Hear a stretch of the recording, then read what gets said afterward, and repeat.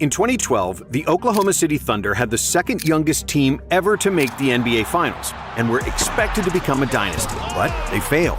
Harden left that offseason. They didn't want to give Harden the max. KD was gone in 2016. The weakest move I've ever seen from a superstar. And in 2019, Russell Westbrook was traded as well. I feel like if Russ left, the team would just die. The NBA talking heads believe that the Thunder blew their golden opportunity and that it would take decades for the team from the third smallest market to make the NBA Finals again. But as we know now, it didn't take nearly that long. In 2025, OKC's roster was even younger than in 2012, becoming the second youngest team that ever won an NBA championship. And not only did they win the chip, they became one of the most dominant teams of all time, with 84 wins across the entire season, which is the third best result ever. This version of the Thunder is here to stay, and they have all the ingredients to become a dynasty. But what's even more impressive is that they're doing it in an era where dynasties are almost impossible due to increasingly strict salary cap restrictions. And it's all thanks to one man, who is, without any doubt, the best general manager in the NBA today, Sam Presti. Thanks to Presti's vision and smart draft choices, the Thunder became champions with the sixth cheapest roster in the NBA.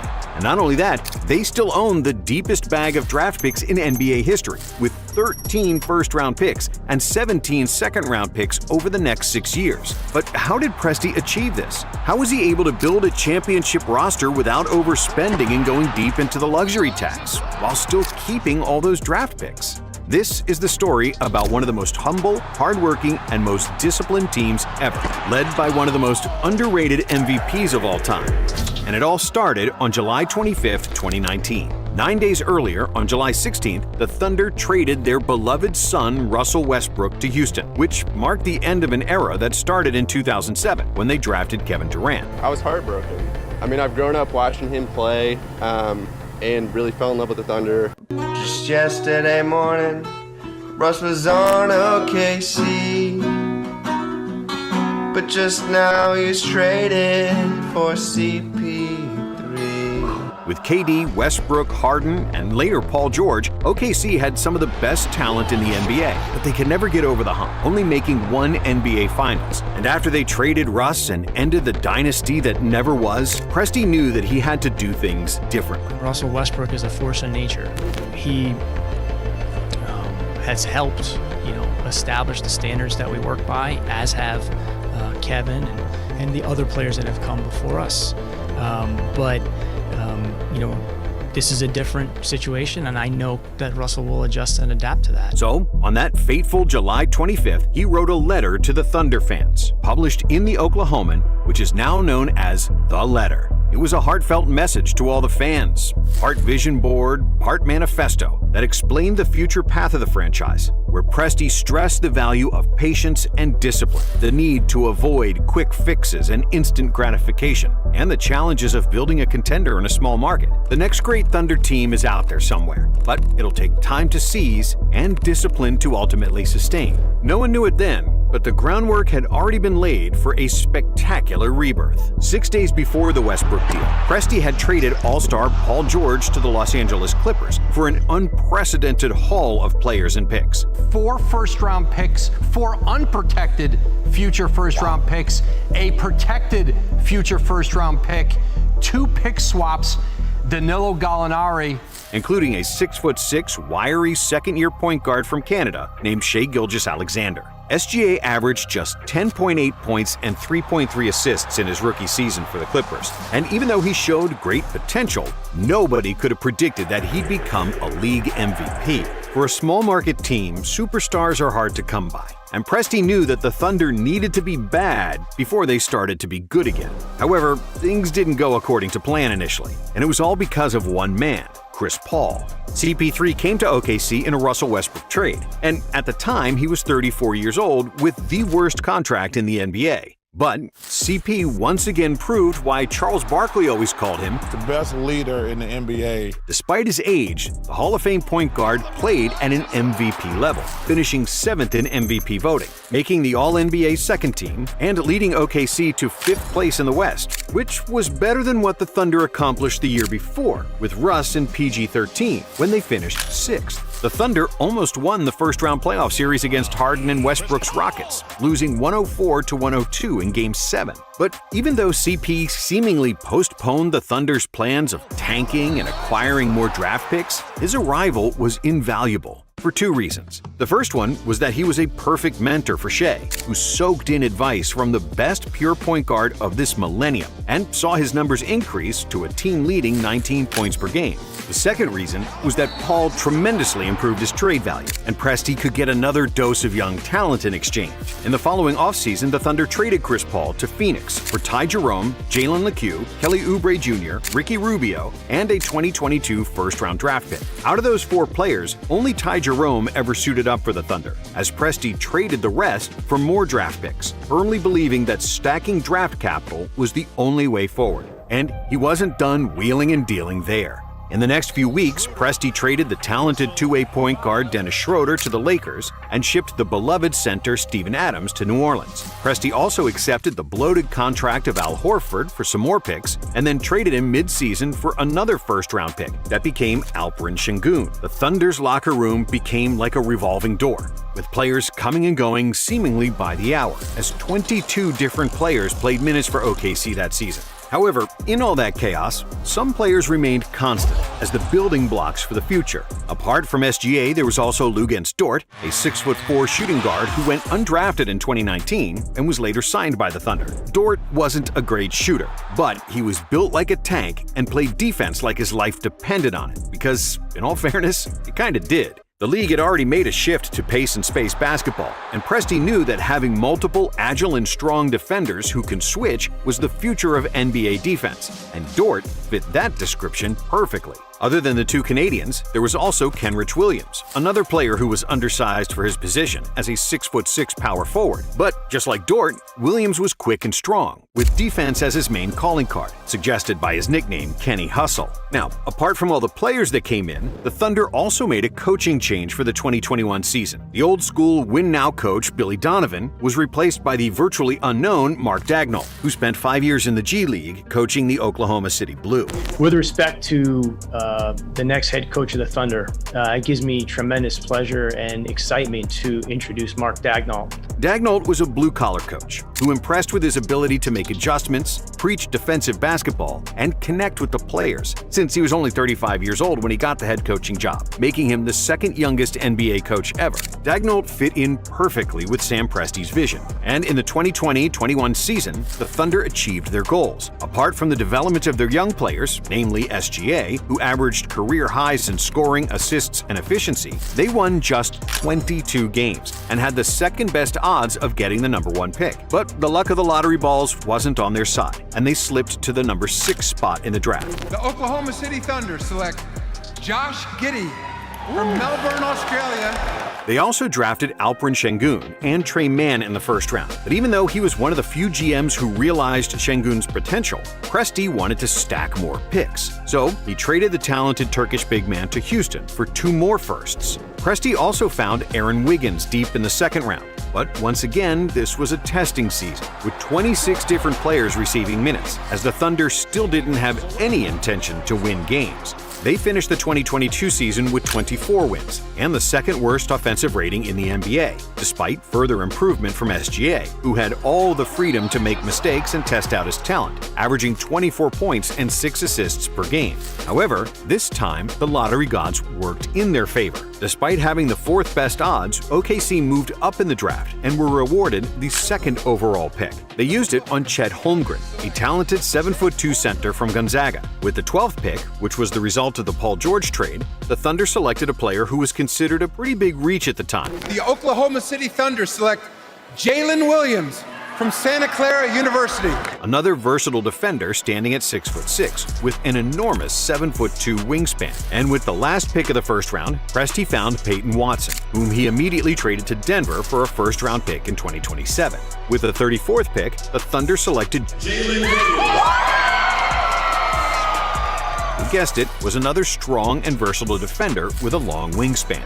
See, Presti, Daigneault, and the Thunder management believe that you can teach great defenders to shoot rather than trying to draft great shooters who don't have the size and wingspan to defend. But before even the 2023 season started, the Thunder got some horrible news. After a strong Summer League performance, their second pick in the draft, Chet Holmgren, hurt his foot during a Pro-Am pickup game in Seattle, trying to contest a LeBron layup in transition. Before he had played a single minute of NBA basketball, Chet's season was over. The question about him from opening tap was how frail he would be, because he's so skinny. But even in his absence, there were still plenty of positives for OKC. SGA turned into a superstar, averaging 31.4 points per game, making his first All-Star and All-NBA first team, and finishing 5th in the MVP voting. Jalen Williams showed plenty of promise, averaging 14 points per game with phenomenal defense and strong shooting percentages, finishing 2nd in the Rookie of the Year voting behind Paolo Banchero. Other role players like Josh Giddey, Lou Dort, Isaiah Joe, Jalen, and Kenrich Williams also had strong seasons, and the Thunder finished the year with a 40-42 record, making the play-in. OKC beat the Pelicans in the 9-10 game, then lost to the Wolves with a chance to make the playoffs. But even without the postseason, the 2023 season was a great success and proof that the Thunder was on the right track.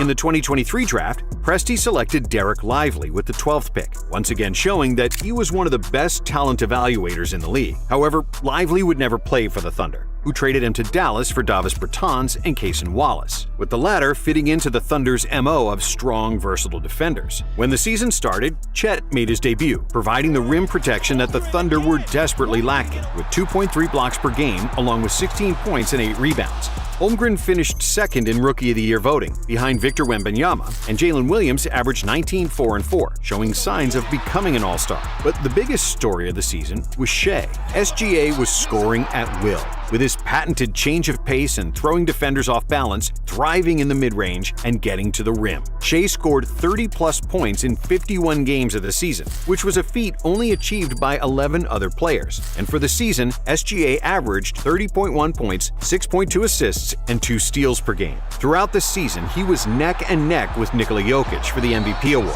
which ultimately went to the Serbian big man, but was strongly disputed by some NBA analysts. I thought that SGA should have been the MVP. That's no disrespect to you. And just 5 seasons after they traded Westbrook and were heading for a rebuild, the Thunder won 57 games and had the best record in the Western Conference, something that even their most delusional fan couldn't have predicted. In the playoffs, the Thunder swept the Pelicans in the first round. And the youngest one seed in NBA history is moving on to the second round. But against Dallas in the second round, it was clear that they were still very young, with some holes in their roster. The Mavericks defeated OKC in 6 games, namely because the Thunder couldn't rebound the ball or defend the three-point line. So, for the next season, Presti decided to patch up those holes by signing center Isaiah Hartenstein with the biggest contract that OKC ever gave anybody in free agency. Furthermore, they traded Josh Giddey to Chicago for Alex Caruso to bolster their perimeter defense and add championship experience. The Oklahoma City Thunder get Caruso in exchange for Giddey, and everyone on the internet wanted to know, wait, straight up? Presti's done it again? No picks involved? And they also drafted a promising Serbian guard, Nikola Topic, despite knowing that he'd missed the entire season with a torn ACL. Now, the rebuild was complete, and the Thunder had a deep roster with no weaknesses, filled with strong, lanky, and quick defenders. So when the 2025 season started, OKC looked unbeatable, with 7 straight wins to start and just 7 losses after the first 41 games. Up until the last 2 weeks of the regular season, it looked like the Thunder could join the 2016 Warriors and the 1996 Bulls as the only teams to win 70 games in a season. But with the number 1 seed secured nearly a month before the season ended, they let their foot off the gas, finishing the year with 68 wins and just 14 losses, which was still good enough for the 5th best regular season result of all time. They had the best defensive rating in the NBA, a cohesive unit filled with plug-and-play swingmen who closed out the perimeter better than anyone we've ever seen in the era of pace and space basketball. It was a direct result of Presti's draft choices, who insisted on long, switchable defenders perfectly suited to defend modern NBA scorers. This is a great team from top to bottom. This is, again, one of the best defensive teams I've ever seen.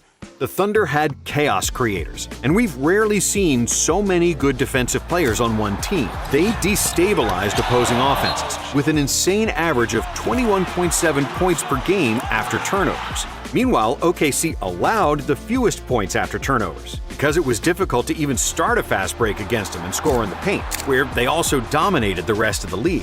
Also, in the last 5 years, no team has allowed fewer points from the main basketball action, the pick and roll. And in many other defensive aspects, we'd find Mark Daigneault's team at the top. Their success was even more impressive if you consider the fact that their big men, Isaiah Hartenstein and Chet Holmgren, missed a combined 75 games. Thanks to their stifling defense and the third-best offense, the Thunder finished the year with a 12.87 margin of victory, which was the largest point differential in NBA history, along with the largest number of double-digit wins in a season. But even though the Thunder had one of the deepest teams in the league, with many players contributing to their success, the head of the snake, the guy that started everything, was Shai. Playing the most complete basketball of his career, SGA averaged a league-leading 32.4 points per game, shooting nearly 50-40-90 for the season.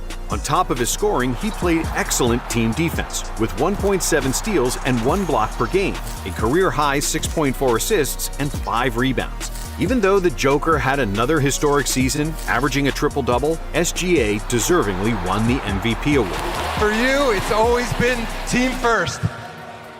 But you led this team to the best record in the NBA, the most wins in franchise history. Congratulations. You are the NBA Kia MVP. The Thunder had 6 other players averaging double figures in scoring, led by Jalen Williams and his 21.6 points per game. J-Dub was one of only 12 players who averaged 21, 5, and 5 for the season, which earned him a selection to the All-NBA third team. But all of this don't mean a thing if you don't win the ring. And when the playoffs started, the Thunder opened with a bang. In Game 1 against the Grizzlies, OKC won by 51 points, which was the 6th biggest win in NBA playoff history. Game 2 was another blowout, but the Grizzlies finally showed up in Game 3, leading by 29 points in the middle of the second quarter. But then Ja Morant got hurt, and without their best player, Memphis fell apart. OKC won that game, which was the second largest comeback in playoff history. One of the biggest comebacks in NBA playoff history just went down in Memphis, where the Grizzlies had a 29-point lead, only to have Oklahoma City come back and beat them 114-108. And then Game 4 was just a formality, as the Thunder closed out the series and swept the Grizzlies. But in the second round, a much tougher opponent awaited, the Denver Nuggets and Shai's only opponent in the MVP race, Nikola Jokic. And it didn't start well for OKC. After Aaron Gordon's crazy last-second dunk sealed Game 1 for Denver, OKC crushed the Nuggets in Game 2, winning by 43. But when the series went to Colorado, the Nuggets took the lead again, winning in overtime. Game 4 was the most pivotal game of the series, and if Denver won that game, they'd take a 3-1 lead, which would be almost impossible to come back from. The tension was palpable, and in the first quarter, both teams scored just 25 points combined. Tied for the lowest combined first quarter in playoff history. What do you attribute the low scoring affair to?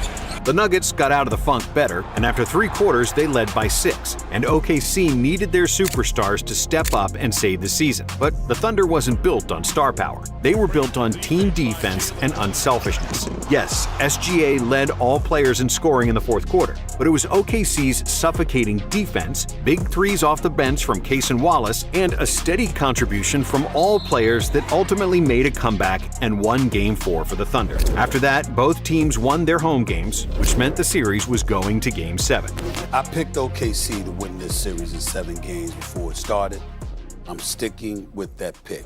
In the deciding game in Oklahoma, with Aaron Gordon playing on one leg, Gordon is grabbing his left hamstring, and Alex Caruso displaying a defensive masterclass in bothering Nikola Jokic and denying him the ball for the entire game, the Nuggets didn't stand a chance. OKC crushed them 125-93, advancing to their first conference finals since KD's final season with the team in 2016. You know what it says?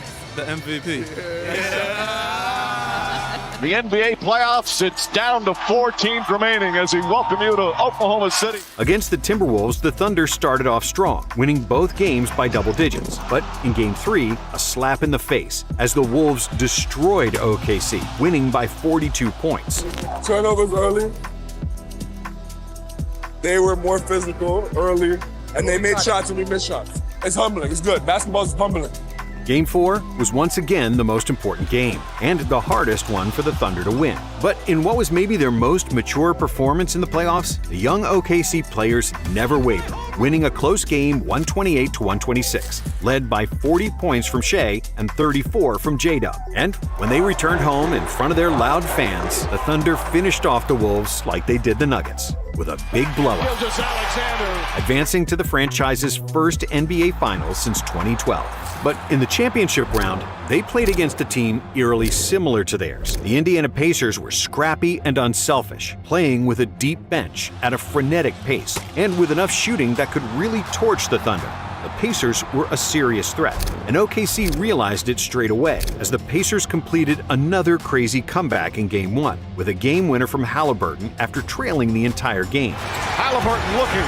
Halliburton driving, pulls up, jump shot. It's good! It's good! OKC won Game 2, but in their first home game, Indy won Game 3, and OKC was on the ropes once again. However, in another crucial Game 4, they stuck to the same formula, 2+1. 2 superstars in SGA and J-Dub, plus a big contribution from one bench player equals victory. Shai scored 35, Williams had 27, and the guy off the bench that got hot was Alex Caruso, who made 7 out of 9 shots for 20 points, and the Thunder tied the series. And even though everybody played their part, Game 5 of the series will forever be known as the J-Dub game. Jalen Williams played the best game of his career, scoring 40 points on 14 for 25 shooting, hitting every big shot to clinch the victory for OKC, while Indiana lost 2 games in a row in the playoffs for the first time. In fact, they hadn't lost 2 games in a row since March 10th, which shows how good they've been. Yeah, I mean, we've had our backs against the wall many times over the last 2 years. Had to figure out different ways to win, and so everybody's got to be prepared, and starts with me, and we all got to be better. In both Games 4 and 5, Jalen Williams had been the best player on the Thunder, on both ends of the floor, and that's when he truly transformed into a superstar. But the series wasn't over yet, because in Game 6 in Indiana, the Pacers turned everything back to square one, winning the game in a blowout. A lot of people favored OKC, myself included, but I expected a thriller. I expected a series, and Indiana answered the call. And in Game 7, Indiana looked like they could go all the way, jumping out to an early lead, with 9 points from Halliburton in the first 6 minutes. Puts it in, back-to-back threes for Tyrese Halliburton. But then the Pacers' point guard fell to the floor, grabbed his lower leg, and we all knew what happened. Oh, you get in a situation like this, you're just sick to your stomach for the young man. Playing with a calf injury is always risky, and when you fall to the floor without anybody touching you, it can only mean one thing: a torn Achilles. Without their best player, the Pacers were fighting valiantly, but they couldn't overcome the deficit of losing Halliburton. In the third quarter, OKC's suffocating defense did its thing for the last time that season, like an anaconda that's slowly taking the oxygen out of its prey's lungs. The Thunder won the game 103-91 and finally became NBA champions, with the second youngest roster to ever win the title. With 30.3 points, 4.6 rebounds, 5.6 assists, 1.9 steals, and 1.6 blocks per game, Shai Gilgeous-Alexander was deservedly named the Finals MVP. The same player won the regular season MVP, the scoring title, and now he's your Finals MVP, Shai Gilgeous-Alexander. Thus becoming only the 4th player ever to win the scoring title, the MVP, and the Finals MVP in the same season, after Kareem, Jordan, and Shaq. Shai wasn't always perfect. In certain games, he was forcing his shot, especially in Games 4 and 6. But for the majority of the time, SGA managed to use his relentless aggression and ability to penetrate to create a series of easy shots for his teammates. He wasn't as efficient as he usually is, but he did everything else at an exceptional level. And even though the haters will say that Shai is a foul-baiting, free-throw merchant, there's one caveat. There is a narrative about our guy, our potential MVP, that he might be a bit of a flopper. The truth is that Shai attempted 217 free throws in 23 playoff games, which doesn't even rank in the top 10 of all time. For example, D-Wade attempted 250 freebies in 23 games of his 2006 championship run, and Jordan attempted 229 in 1989, without even making it to the finals. Some other haters will say that OKC got lucky with injuries to star players, namely Halliburton in the finals, Aaron Gordon in the Nuggets series, and Ja Morant in the first round. While it's true that those injuries helped them, luck is part of the sport. And you can't blame OKC for staying healthy. They played the best, most consistent basketball all season. Their two best players delivered when it mattered most, and the bench, which they utilized the whole season, provided a push when needed. We have to compliment Coach Daigneault as well, who made timely adjustments and kept the spirits high despite facing series deficits against the Nuggets and the Pacers. Get it in a manageable spot. We got a lot of game left, right? But we got to ramp up our stuff, all right? Daigneault is a rare coach who can not only develop players, but can also get them to play hard, play together, and put their opponents in a straitjacket on defense. And that's especially hard to do with a young roster, no matter the talent they have. But the biggest praise of all has to go to Sam Presti, the architect of this team, and the mastermind whose personnel decisions almost always prove to be right. Not only were the Thunder the 24th cheapest team in the NBA, which makes them the cheapest team that ever won an NBA championship, but they are also in the best position to win in the future, thanks to the plethora of draft picks they still possess. The average weighted age of a championship team across league history is roughly 28 years old. The Thunder's age throughout their championship run was 24.6, which makes them the youngest champion ever. Heck, some of their players are so young that the first alcoholic drink of their lives I actually just had my first drink, so I'm like working on that. Was champagne after winning the championship. We've had 7 different NBA champions in the last 7 years, and in the age of the hard salary cap and the daunting second apron restrictions, every dollar and every draft pick matters. But because they have cap space and plenty of picks, they're not under the same stress as some of these other teams are, where they have to break up the team because they're facing second apron pressure. And not only that, but the Thunder have 15 first-round draft picks over the next 7 years, including 2. They have 2 tomorrow night, including the 15th pick. the Thunder could become a dynasty if they stay healthy and keep making smart decisions. And knowing Sam Presti, they probably will, which spells trouble for the rest of the NBA.